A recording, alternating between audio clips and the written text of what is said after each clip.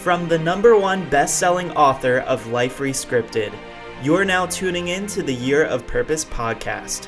I'm Zephan Moses Blacksburg.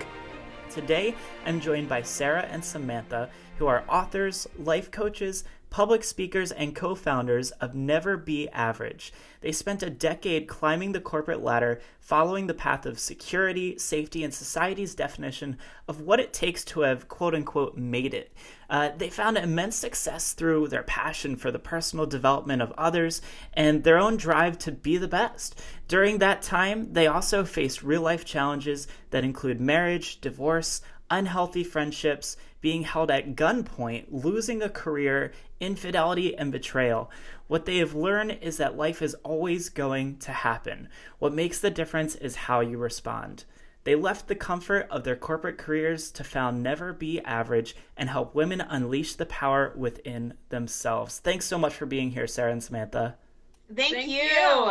So it's so great to be with you here. I love when I have multiple guests on the show because I have to guess who's speaking at one time and I get to play this game of like, which one is it, Sarah or Samantha? But I'd love to just jump into your stories a little bit, kind of mention, the corporate world and how you both found your way out of that and towards where you are now. Because I think so many people who are probably tuning in right now are sitting there at work or maybe on their way to work or way home from work and thinking, man, I really don't want to be average anymore and would love to take it up a notch. So how did you both find your way out of the corporate world and find the courage to truly, grow into the people you've become?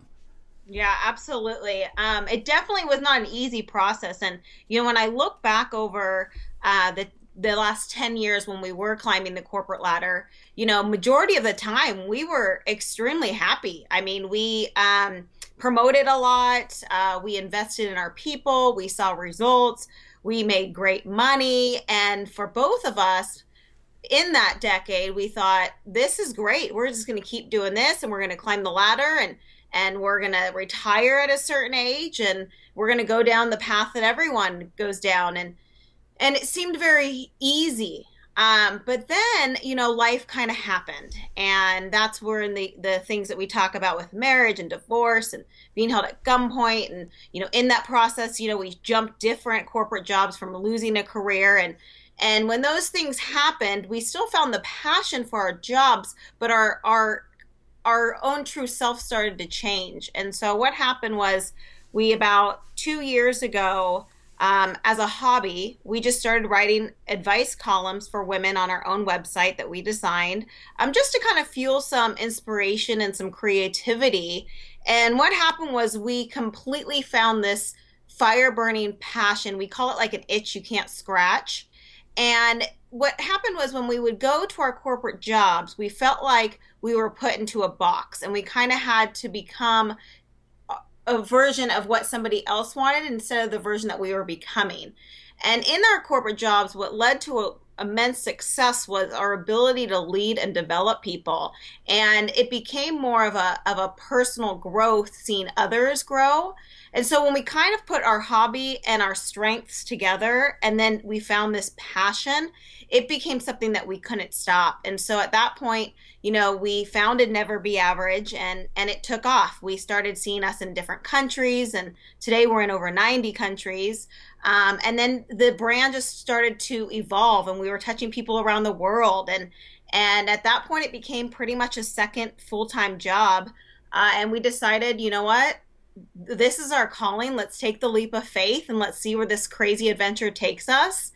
Because there gets to a point in someone's life when they find their purpose or their calling or their passion that unless you go after it, there's nothing else. You have a void that you're just not going to fill unless you go after it. And so the risk became worth any regret that we would have basically if we didn't go after it. And I can totally relate to having that sort of void that needs to get filled. Once you get that taste of, who you truly are turning into, becoming that person, once you get a little taste, you really have to keep running with it. And that's where I was too. When I was discovering so much about myself, I took a break life, from work, travel hacked around the country for 2 months. And I loved it so much that when I came back, I talked my roommate into a 3,000-mile road trip. And I was like, you're coming with me next time. So I know exactly what that's like to be so motivated and inspired to keep going once you've gotten a little ounce of that.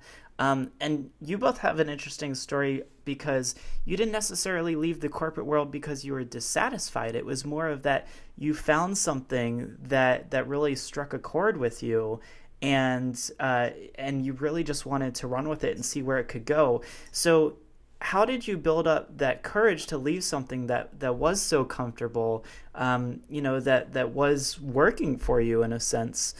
Because many people want to leave because it's not working for them. So it would be interesting to hear your story of how, you built up the courage to really finally take that leap and build something that could sustain you, without being worried of financial issues, without being worried of, your happiness and where that's going to go. So for us, the way it really happened was, through all those other things we talk about that happened during that time that we were working in the corporate world, the real life things that nobody's exempt from. Sarah and I, we came to this place in our lives, both separately through our different things that had happened, kind of hitting our breaking point and waking up saying, I don't want to feel like this anymore. And that had nothing to do with our jobs. That had everything to do with our satisfaction or our overall happiness with just life itself. And through that, we both entered into this world of, self-help. And we started along this journey of, we call it getting high on self-love. It's really hard initially to face, who you are in the mirror and then break down all those walls and build that person back up and find out who you really are underneath all those layers. And so through that time of, we watch a lot of motivational videos, read a lot of motivational books, follow a lot of motivational blogs and listen to podcasts. We got this sense of feeling, this need every day to get better and better and better for our personal growth and development into this place that we couldn't stop. And, in our jobs, we both held the same position for a very large financial institution, and we loved it. I mean, we loved our teams that worked underneath us. We loved working for our bosses. We made good money.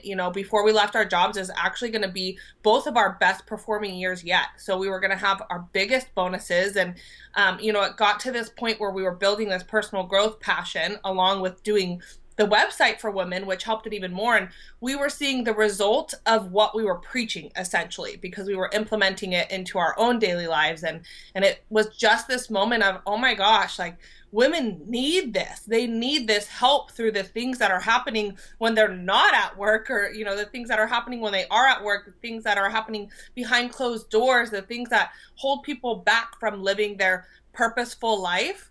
And we got to that point, and it was just because we continued to feed ourselves every day. We went to work. We loved the people who were there, but it felt suffocating. And it got worse and worse and worse. It was so strange because we went from absolutely loving it to feeling so suffocated. And, fortunately we have each other to lean on for support. And, we just looked at each other one day and it was like, we have to do this. The time is now. And, people thought we were crazy, or they love our passion, but how could you leave, even leave your bonuses? Why wouldn't you wait another 6 months to at least get paid out? And, it's that fire burning, that calling that, came out of nowhere for us. And it was like, the time is now. It's now or never. Mm-hmm. You got to take the leap of faith or let it wait. But if we want to live our best lives and we want to go out and help other women to do the same, we got to lead by example. So you brought up this thing that you said getting high on self-love. And so I'm sure this is a huge part of building your own confidence. And I'm willing to bet you probably weren't loving yourself 100% if you're saying, oh man, we've got to get out of here. Maybe expand a little bit more on, what are each of your definitions of self-love? And, how do we start to work our way into that so that we can love every aspect of ourselves? Because, I've looked in the mirror so many times and I've still seen that former overweight overweight kid that I was, when I was a teenager. And it's so hard to transform myself into a person who can love that person for who they were, because that person got me to where I am today. There's a process that has to happen there to make that change. So I'd love to hear, each of your definitions of what self-love is to you, and then how someone could go about loving themselves more than they already do. This is Sarah, and for me, self-love is feeling worthy. And there's so many things in society to make you not feel worthy, and then even just in life in general. And for my own story is, when the times that I excelled the most in my career was when my personal life was completely in disarray, because that was my identity. And so because my home life was disruptive, I was put down a lot. I was not made to feel worthy. The minute I walked into the corporate doors, I was praised, I was uplifted, that's where my identity happened, basically. And what happened was, when I went through my divorce, my career started to fail at the same time, because I just didn't care about anything. I didn't feel worthy to be married anymore. And then I felt like the praise was false in the corporate world. And so what happened was, when I was left with just myself, I realized that job couldn't fulfill me anymore. And I was lost. I didn't know who I was in my marriage, and I didn't know who I was without my career. And so at that time, that was one of my biggest rock bottom moments, and I didn't feel worthy. And it took about 5 years after that again, I had great success because I plugged myself into the next career, and I didn't really get to the root cause. And the root cause was, Sarah didn't know who she was. She found her worth in material things or recognition or things like that, rather than self-validation. And when I really started to find myself and use the tools and the resources that are available to basically fall in love with yourself, I realized that this broken girl was worthy of so much more. And the only person that was telling me that I wasn't was my own self. And so basically, when I got out of my own way, I realized how powerful that I am. And then once you really start to get high on self-love, you're not going to have any negative aspect in your life. Basically, you can't live a positive life with negative influences in it. So, my whole circle, my environment, everything started to change. My friends changed. Certain situations that I put myself in changed. My relationships changed. And what happened was, my life started to have some sense of a purpose. And then I realized that I'm unstoppable. If I surround myself with the right people, if I wake up every morning knowing that if anyone else can do it, then I can do it too.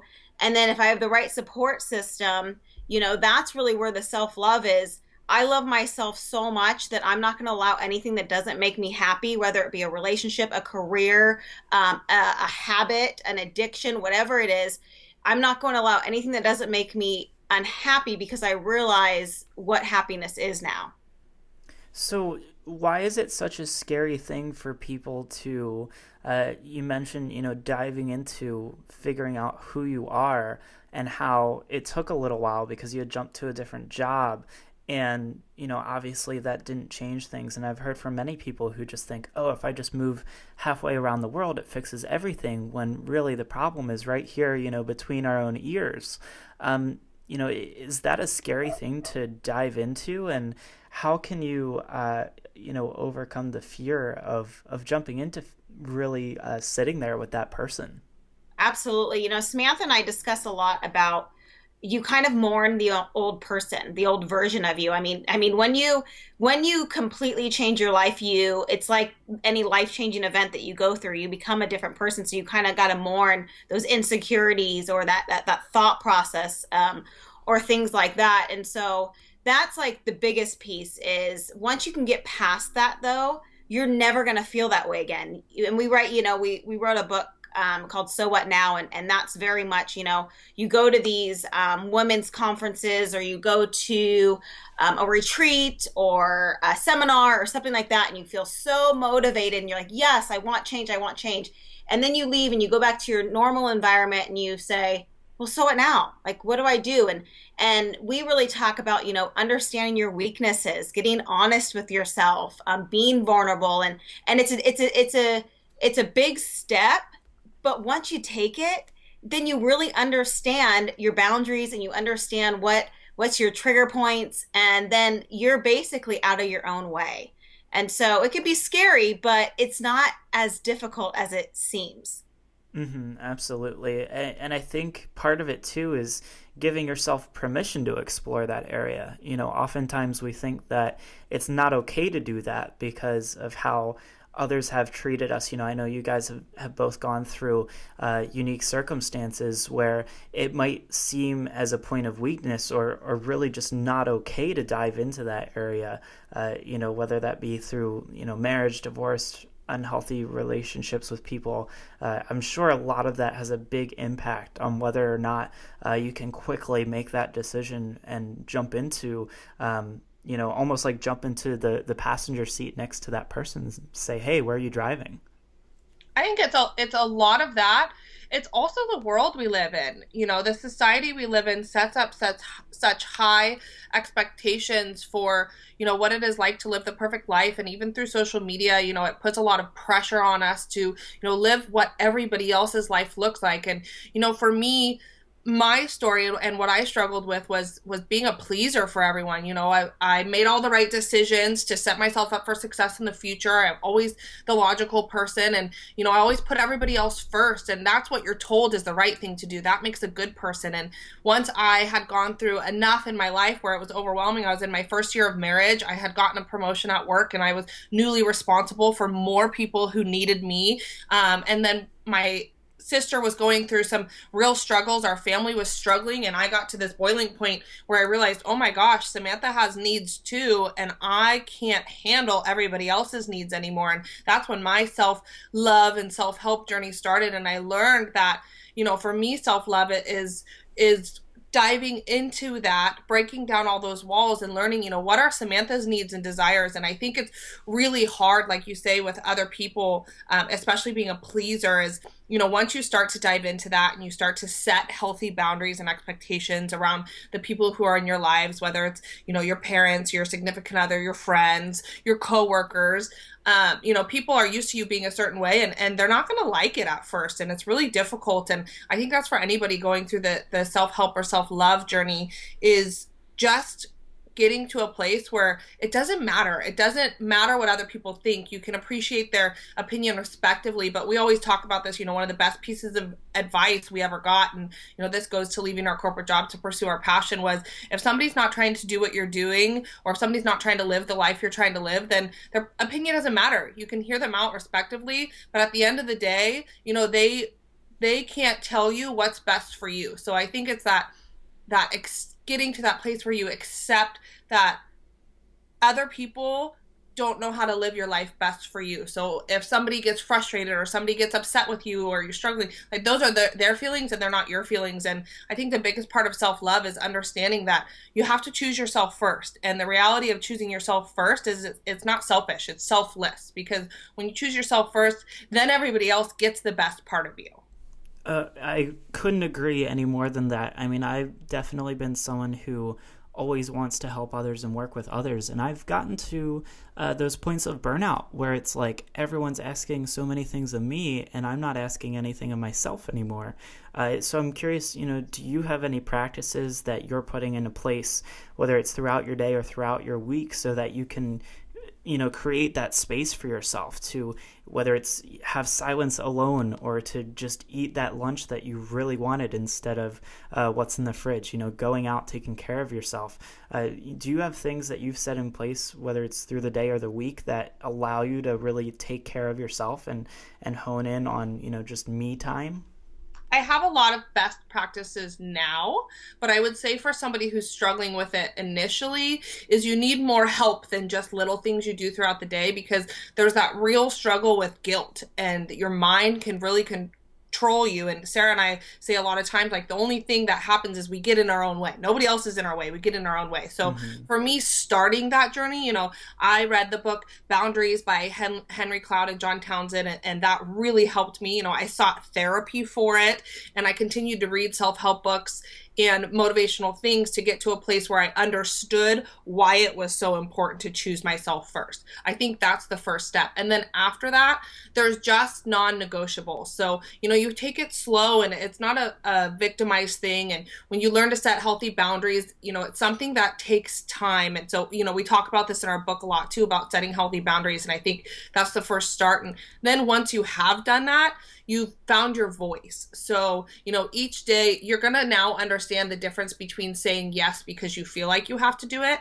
and saying yes because you want to do it. I think that's where I was at. I had this bitter taste in my mouth whenever I said yes because I couldn't understand the difference anymore. And so once you help yourself and you get to that point, you know, that's the things like when you get up in the morning, prioritizing, okay, for me, exercise is an important way to start my day. So I'm going to take that time to go to the gym, and then everybody who needs something is going to be after that, you know, and I wake up and I read motivational things to set myself up that I'm in control of my day. So whatever life's going to throw at me that day, I have a well enough mindset now, mind, body, and soul, that when something comes at me, I can distinguish, is this best for Samantha, or is Samantha doing this because it's best for someone else?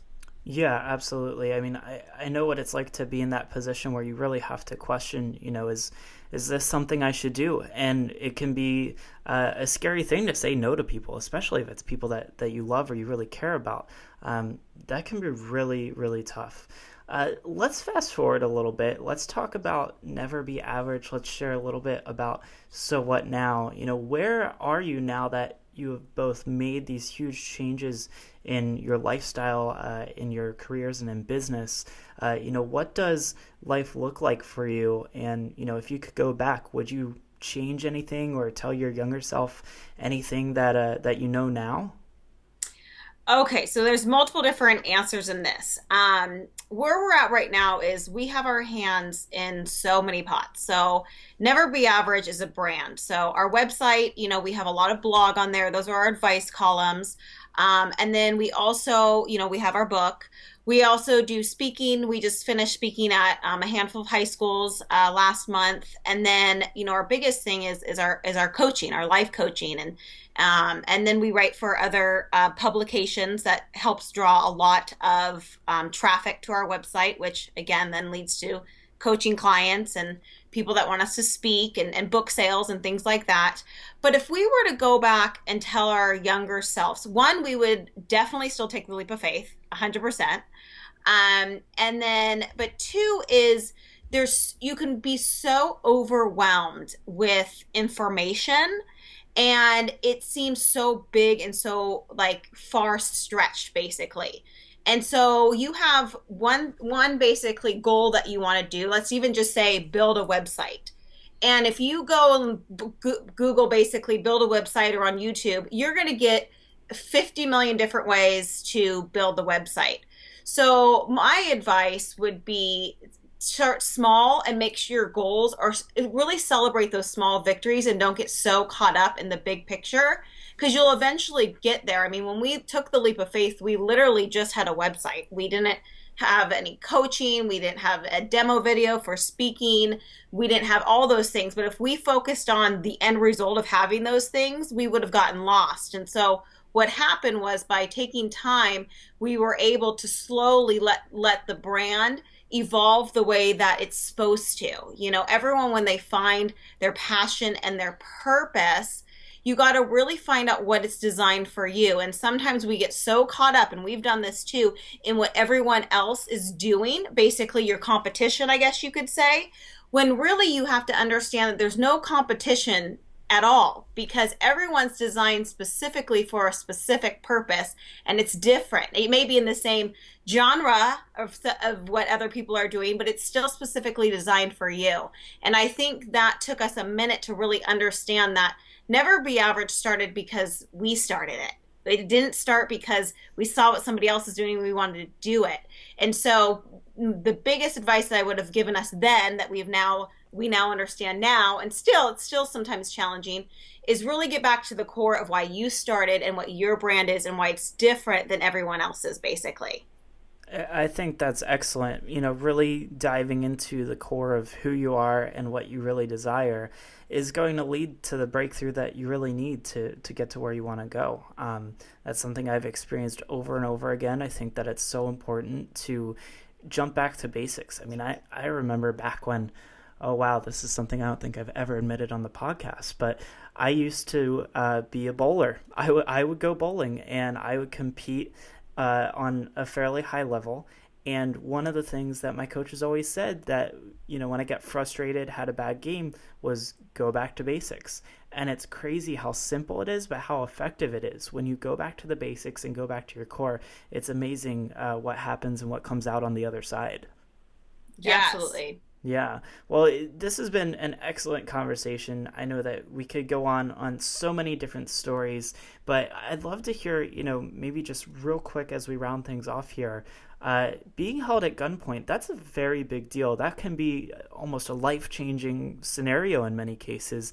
I'd be interested in just hearing that story real fast and, maybe your one learning lesson that's come out of it and impacted you the most today.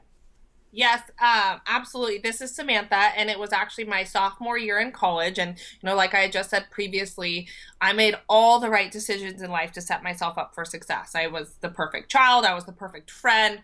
I was the perfect sister. I made all the right decisions because I was going to make sure that I won. So, I got the right grades. I set myself up I was going to go to school for 4 years. I was going to meet the perfect man, get the perfect job, live in the perfect suburban town. Everything was going to be perfect. And I was a sophomore in college, and my roommate and I were actually walking to another apartment complex or another apartment in our complex on New Year's Eve. And when we had left the house, typically I was the one who always took my keys and my purse and everything, make sure we're safe. We did everything together. And, something told me that night when I went to grab my purse, don't take it with you. And I turned to her and I said, do you mind if I don't take my purse? And normally, because I always harassed her, she'd say, well, you always make me take it, but she didn't. And so we left the house. A car drove past us very slowly. And she thought that was really weird. She's like, Samantha, they were staring at us. That's uncomfortable. And I grew up in a place that no crime ever happened. So I grew up in a bubble, essentially. You only see that stuff on TV, or in the newspapers. And I'm like, no big deal. Let's just keep going. So we're walking and, there's some guys trailing behind us. It's New Year's Eve in an apartment complex. I mean, that doesn't seem weird to me in a huge city. We were in Sacramento. And she's like, they're following us. And I'm, no, they're not. Let's just keep going. And they were getting closer. And the next thing I hear is, what do you want my purse? Take it. And I turn around and one of the guys has a gun to her side. And she looks at me and she says, what do I do? And I'm like, give him your purse. And two more guys, and they were dressed in dark sweats and had bandanas covering their mouth so you couldn't see anything. They had stopped us in between two apartment complexes, so there was no lights. And the other guy's walking towards me and he says, give me your purse. And I said, I don't have a purse. And he shoved his gun in my mouth and he said, shut your mouth. I don't want to hear anything from you. And they took her purse and then they let her go. And the two guys blocked me off. And, I thought for sure in my life, I was like, God, please take care of my family. They're going to a car was driving up to pick them up. It was the same car, of course, that had drove slowly past our apartment complex. And, I thought they're going to take me, they're going to rape me, and they're going to kill me. And my life is over. And she was about 50 yards ahead, looked back, and I looked at her like, I love you. I'm never going to see you again. And, at that moment, everything was over. Everything that I had planned was over. And, it was divine intervention. It was like this space was just created between the two guys blocking me off, and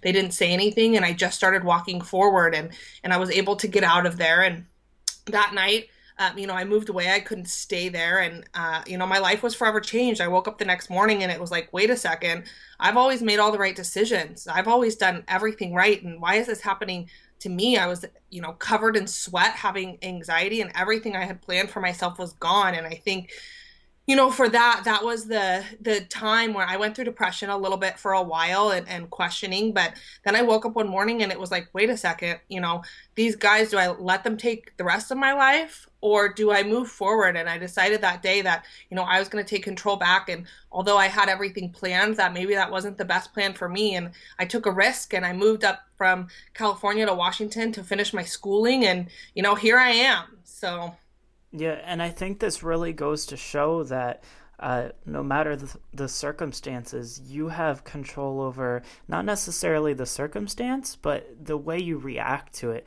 And I think it's so amazing and such a testament to how much power you have and courage in yourself to be able to make that decision and say, you know what, am I going to let this hold on to me for the rest of my life, or am I going to take, one step forward and start moving past this and get to really where I want to be.